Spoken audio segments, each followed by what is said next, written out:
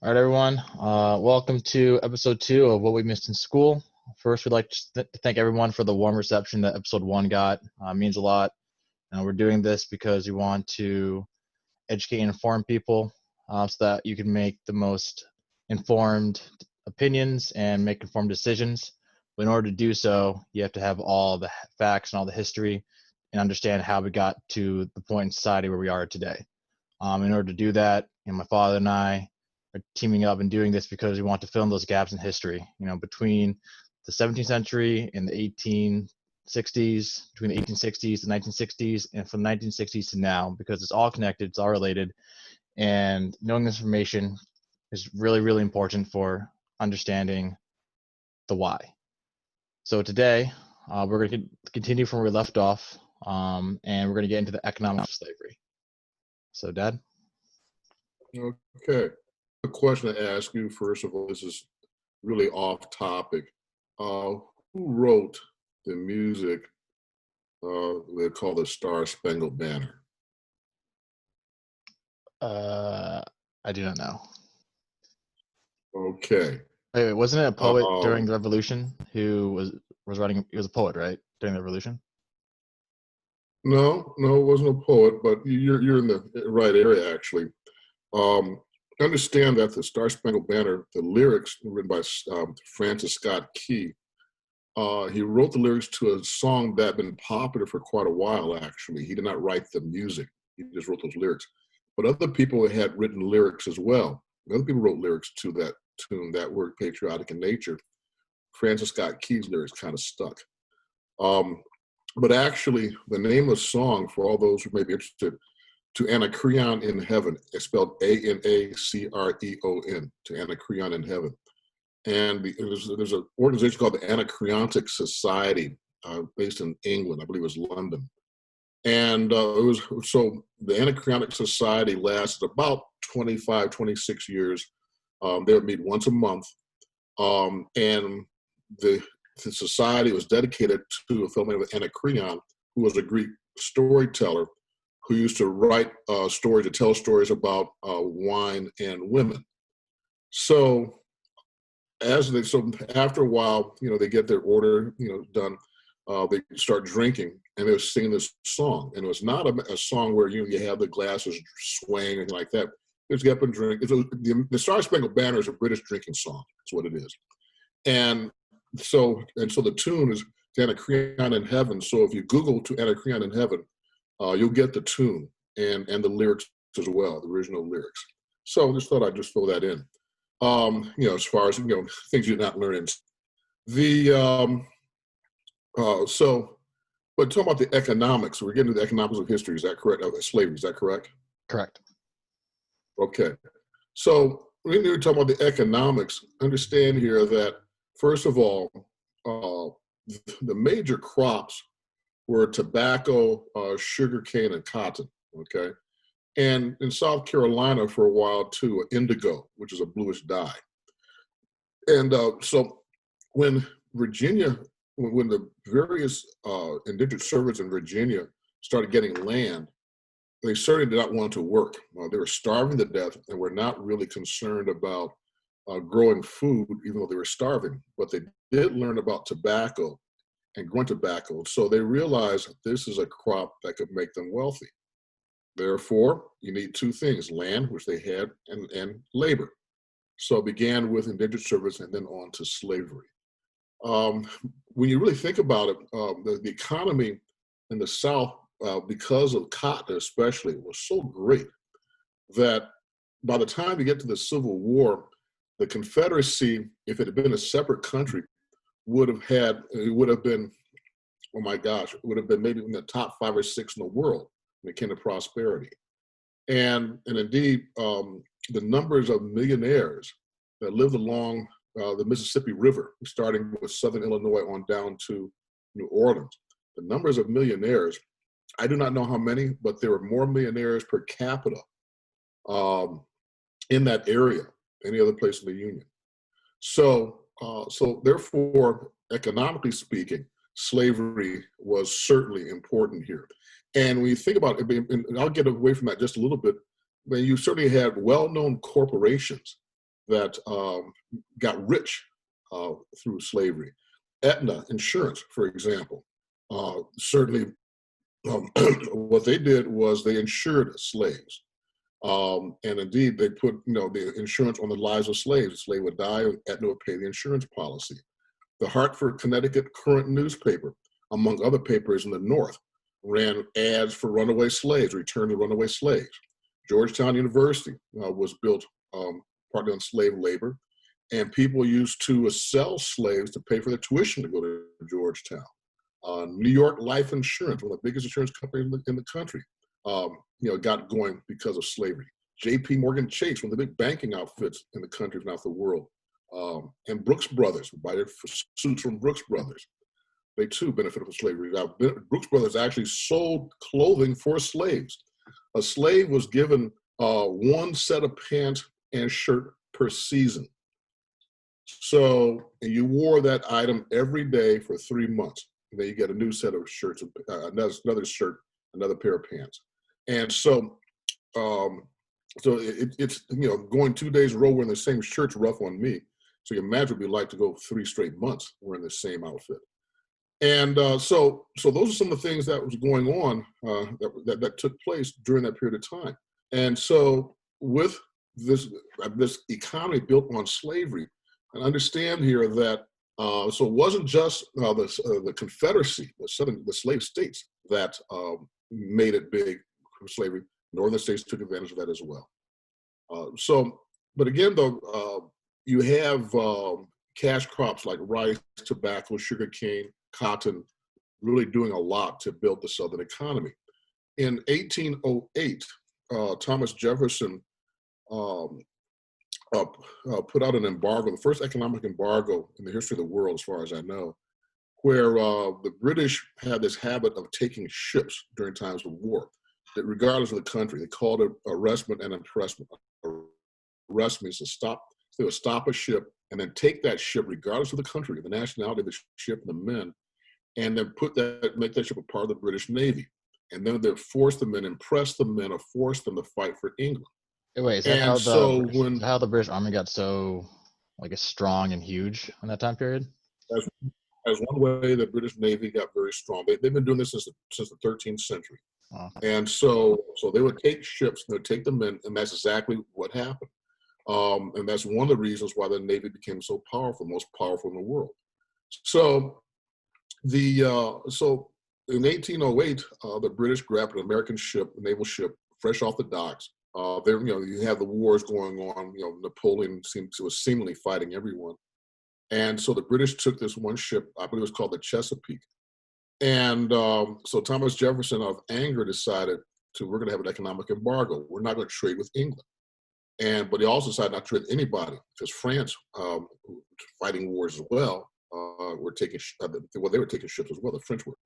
So Jefferson just said, we're not going to trade with anyone, and so what happened was the cotton industry saw what was going on here, the fact that American economy was suffering. The British economy is suffering even more. So I should point out that the British, though, found other outlets eventually.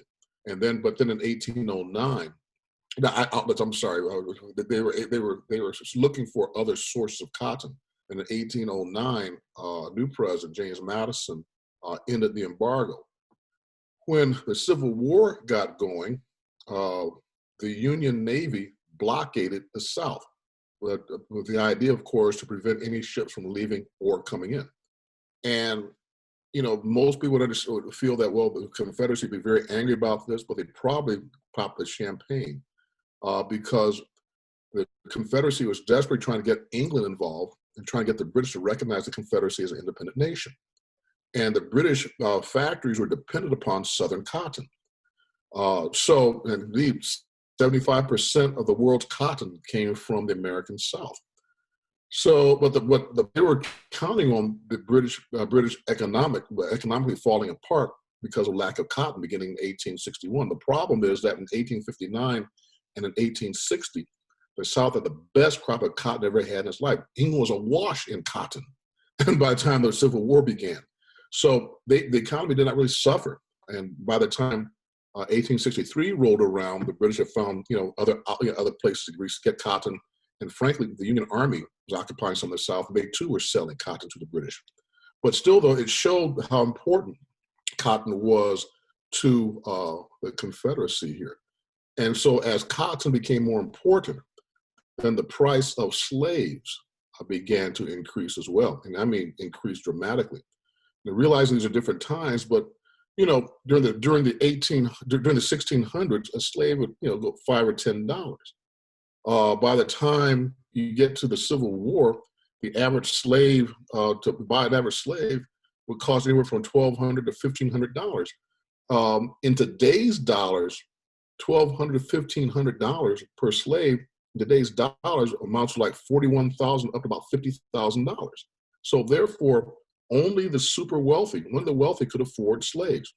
So you had a situation where you had sort of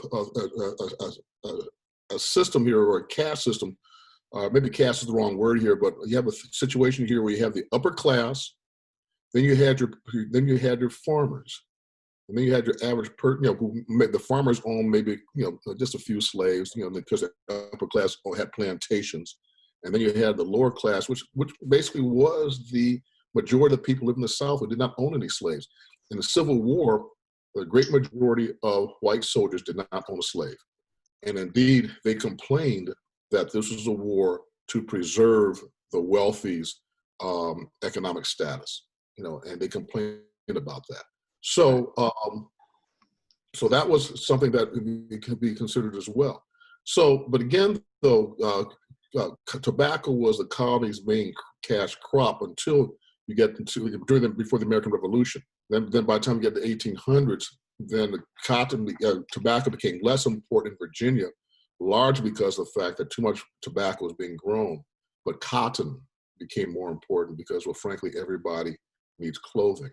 And this certainly helped too, because in 1794, a guy from Hamden, Connecticut named Eli Whitney invented something called the cotton gin, or engine.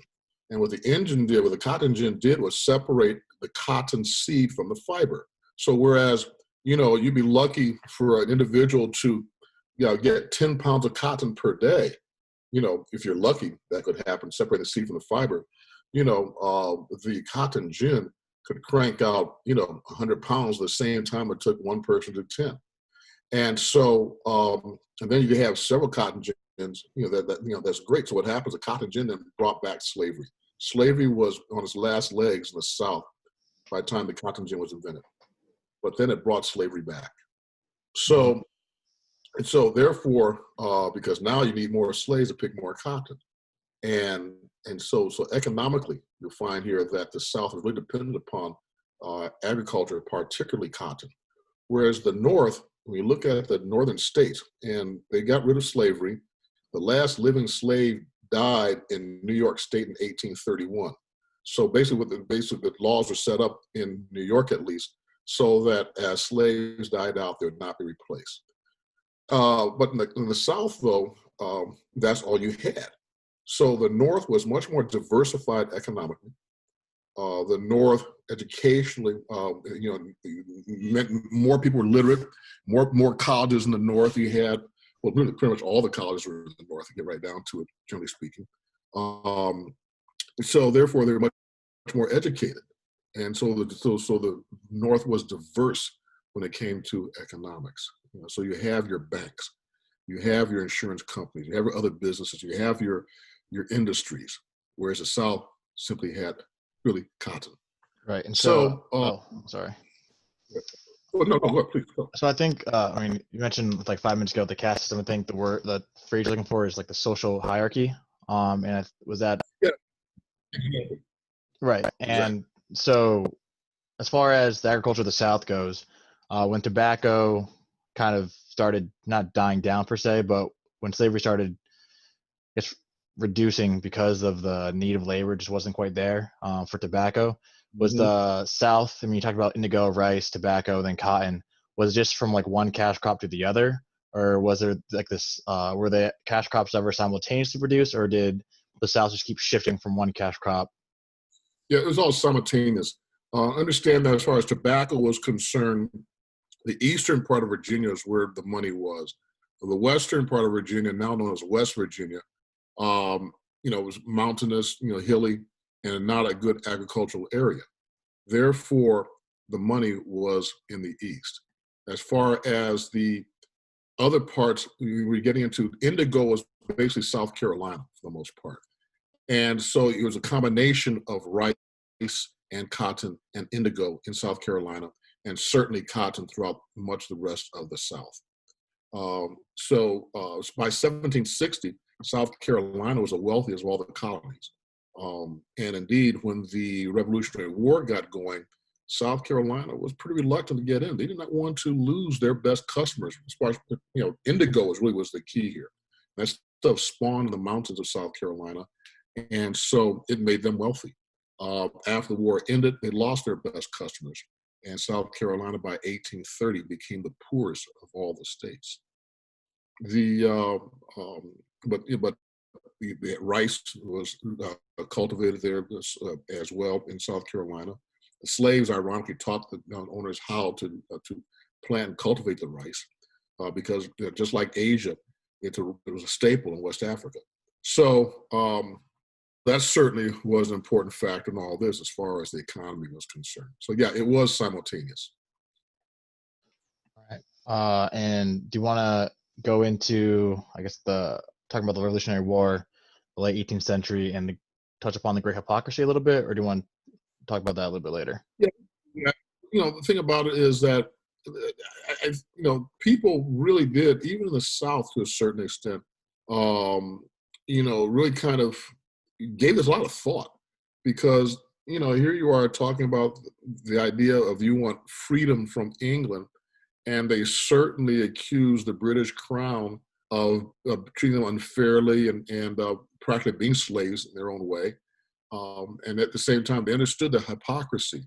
But in the end, though, what it came down to is that economics trumped morality. Mm-hmm. And so that really was the key there. Birth of a nation. No, there you go. Right. And so, anyway, that's what happened. So we get to the Constitution, which is a fascinating time period, because of the fact that you have these future leaders sitting there.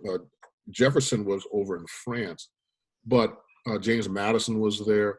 George Washington didn't really say very much, but he actually conducted the entire Constitutional Convention. And so, and the big argument dealt with, okay, what about representation? Madison had this idea, Madison being from Virginia, which is a big state and with a lot of money. James Madison had this idea that the bigger states should have greater control over everything because, well, they have more to lose, among other things. And so, and of course, the smaller states did not like that idea, the idea that the bigger states would have more voting power or what have you. So Madison's idea obviously was based on the idea of representation of House of Representatives. Population would influence how many votes you have in the Congress. So that's when they came up with the idea, though, of 2 senators to sort of even things out, 2 senators per state. But still, though, in the end, the southern states saw that, the population was in the north. You take away Black people, the population was in the north. So therefore, they insisted that Blacks be considered part of the population for purposes of representation. And of course, Northerners are saying, well, no, you're saying here that property, now you're saying the citizens, that in itself is kind of hypocritical here. But in the end, though, they decided, they reached an agreement called the 3/5 Compromise. The 3/5 Compromise, for purposes of representation, Blacks would count as 3/5 of a human being. Therefore, if you have, say, 500,000 Black people in your state, then they count as 300,000 humans or 300,000 citizens. And so what that did, though, was give the South, give southern states a little bit more representation in the House of Representatives. And that was important when we came to the election in 1800 for president, when Jefferson defeated his opponents, including the incumbent John Adams. The fact that Jefferson had those extra votes in those days, it was not one person, one vote thing. It was done in the House, and they would choose the president. And so Jefferson won because of those extra votes in the House of Representatives. So but again, getting back to the whole idea, and people really had to fight this notion. Jefferson owned slaves, but but yet he was in love with a slave woman, Sally Hemings, had children with her. And Jefferson really had to fight this notion of freedom and slavery. He certainly believed in the inferiority of African Americans, but at the same time, though, he did go round and round about the whole idea of slavery. But he was a person who lived beyond his means, and so he needed the slaves to at least help him get by. One of my old professors once said that the reason why there were slaves is because of the fact that, or two reasons. One, the slave owners were too cheap to pay anybody. They wouldn't pay anyone, so they were too cheap. Second, they're too lazy to do their own work. So, and so Jefferson's case, though, he was a guy who certainly lived beyond his means, living a high life. Therefore, he had to keep his slaves. George Washington was one who, in his will, freed his slaves. The whole idea is that when they died off, he and his wife died off, the slaves would be set free.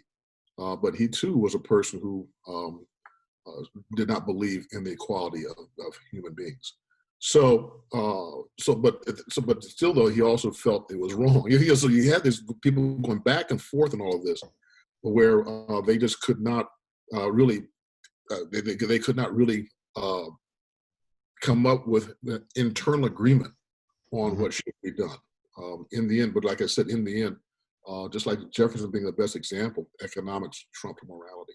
Right. That's interesting. That I think it's important to touch upon that inner conflict of like your hard pressed belief that there is an inferiority there, but it doesn't necessarily validate the treatment or the status of them. I know that Jefferson's all. Yeah. So what you had, therefore, you have people who have so if you're going to do this, and you have people who truly believe that slavery was good. John C. Calhoun, and he's a controversial figure today, felt that people were calling he called slavery a necessary good, or a positive good, right? And opposing those who were saying it was a necessary evil, he called it a positive good. But for the most part, though, people were still sort of conflicted by this. So it got to a point where you have individuals who decided that the best way to deal with this was to try to figure out ways why slavery was necessary, why it was good. And so, in other words, to try to justify slavery. So, for example, there's a guy named Samuel Stanhope Smith, who was born in the 1700s. And Smith actually was ahead of his time in the sense that he believed people were equal. Men, black, white, he felt, and women as well, he felt they were equal. And he believed in something called monogenesis. We are from the same ancestry, Adam and Eve. We're born the same way. But what happened, though, he was saying that, but he believed that life began in Europe, and we all know now began in Africa. But life began in Europe, as far as Smith is concerned, and a group migrated from Europe to Africa. And because of an environment and weather, the skin got darker, the hair texture changed to adjust to the climate. Therefore, that is what happened. He also believed that, if you were to take black people out of Africa and move them to the colder climates of North America, they'd turn white again. But now, historians and archaeologists and anthropologists now all know that the first people on Earth were black, and they're from East Africa. In the meantime, but still Smith believed in something called monogenesis. They have a guy named Dr. Charles Caldwell, and Smith came up with this thesis around 1810. Around 1823, Charles Caldwell, I guess a physician, called himself doctor, came up with a theory where he disagreed with Smith. Caldwell believed in something called polygenesis, poly meaning many, many beginnings. And so he felt that blacks, whites, Asians, and Native Americans all had separate beginnings. and that they did not come from a common ancestor. And so, if they have separate beginnings, his whole thing is that, well, if that's the case, and I'm sure it is, according to Caldwell, well, that pretty much means that blacks, whites, Asians, Native Americans are separate species. Which, of course, the problem with separate species theory is that if you're a separate species, you cannot procreate, and they certainly did procreate. A guy named George Morton was a guy who studied skulls, and he studied skulls of blacks, whites, Native Americans, and he saw, as far as he was concerned, his methodology was horrible, but he saw differences in the shapes of skulls, that the skulls of whites are larger than everybody else. Therefore, he came to the conclusion that whites were more intelligent than everyone else. And he then went over to Egypt and studied skulls there, and came to the conclusion that black people were not only slaves today, they were slaves in biblical times. They've always been slaves. That's their normal and natural condition. Which of course begs the issue. Okay, then if that's the case, then you're saying that Moses was black, and and the Hebrews were all black. He would deny that, but in essence, so that's what he's saying. That if the slaves during that period of time, during biblical times, were black, then they were Jewish. And so they have someone like Josiah Knott, who theorized that if you take a person who was born of black and white parents, then that mulatto, as they're called, was less pure, less intelligent, and not as strong as the pure white person or the pure black person. And so the common thread, except for Stanhope Smith, the common thread to all of this is that, you may be poor, but at least you're white. The black man and the black woman is the common enemy. And so, yeah, we know you have not reached, for you poor whites, we realize you have not reached your goals of becoming wealthy, but at least you're white. And so there are people beneath you. So that was the whole point, in many respects, of all this, not only justify slavery, but to maintain this belief that white people, rich or poor, are in this together against everyone else. And you finally had this guy named George Fitzhugh, who around 1858 or so came up with this theory that not only were black slaves better taken care of than free white men in the North, cradle to grave care of slavery, but also that every industrial nation in the world, white people should be slaves too. Poor whites should be slaves as well as black people. Because as far as Fitzhugh was concerned, freedom bred anarchy. And so people are more concerned with how much they're making or whether their working conditions, what have you. But if you're a slave, that's not a concern, and everybody's happy. So that was Fitzhugh's concern, the belief that poor whites should be slaves just like black people. But in the end, the justification of slavery now comes about in an effort to try to prevent people from thinking too hard about the morality of slavery and how it relates to freedom. Hey everyone. So my father and I were not able to fit all the content into a 30-minute window like we would have liked. So look out for part 2 coming out next week. Feel free to send in any type of questions, comments, or thoughts that we'll answer in our next mailbag. Our first mailbag will be released in a couple of days, so keep an eye out for that. And remember, Black history is American history.